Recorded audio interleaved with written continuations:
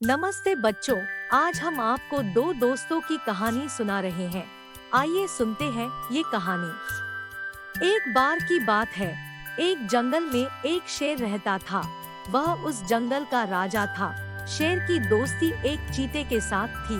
एक दिन शेर ने चीते से कहा कि मैं इस जंगल का राजा हूँ और सब मुझसे डरते हैं।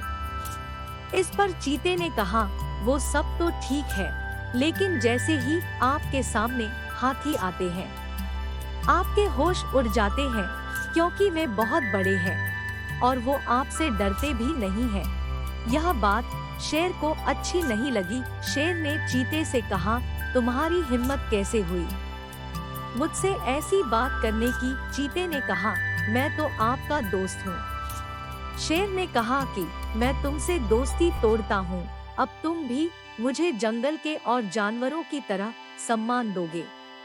इसके बाद चीता वहां से चला गया। कुछ दिनों के बाद लोमड़ी, जो कि शेर की मंत्री थी, चोरी के जुर्म के लिए एक बंदर को पकड़ कर लाई। शेर ने बंदर को 1 महीने की सजा के बाद पहाड़ से गिराकर मारने की सजा सुनाई। इसके बाद बंदर को जेल में बंद कर दिया गया। जब बंदर के दोस्त हिरण को इस बात का पता चला, तो वह बंदर से मिलने के लिए जेल में चला गया।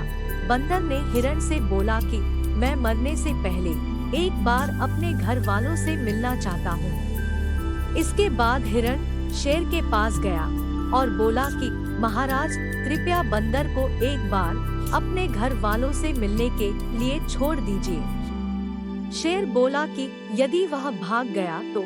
हिरण ने कहा कि जब तक बंदर वापस नहीं आ जाता, तब तक आप मुझे जेल में रख सकते हैं। शेर बोला कि यदि बंदर वापस नहीं आया तो तुमको पहाड़ से गिराया जाएगा। हिरण ने शेर की बात को मान लिया और बंदर की जगह जेल में बंद हो गया। बंदर को अपने घर वालों से मिलने के लिए छोड़ दिया गया। कुछ दिन हो गए, लेकिन बंदर नहीं लौटा।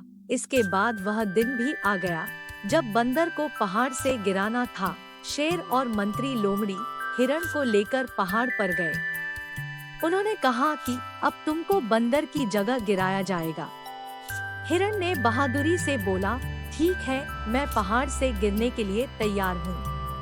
तभी बंदर भी वहाँ पहुँच गया और बोला कि मित्र, तुमको पहाड़ से गिरने की जरूरत नहीं है, अब मैं आ गया हूँ। अभी तक मेरे लिए जेल में बंद रहने के लिए बहुत बहुत धन्यवाद। शेर उन दोनों की मित्रता देखकर बहुत खुश हुआ और उन दोनों को मुक्त कर दिया। शेर ने बंदर को चेतावनी दी कि अगर वह आगे से चोरी करेगा तो उसको छोड़ा नहीं जाएगा। शेर ने सोचा कि यह कितने अच्छे मित्र हैं, जो एक दूसरे के लिए जान देने को भी तैयार थे, और मैंने छोटी सी बात के लिए अपने दोस्त चीता से दोस्ती तोड़ दी। शेर इसके बाद चीता से मिलने गया और अपने व्यवहार की माफी मांगी। इसके बाद शेर और चीता दोबारा दोस्त बन गए। कहानी की सीख, हमें छोटी छोटी बातों को लेकर सच्ची मित्रता को नहीं तोड़ना चाहिए।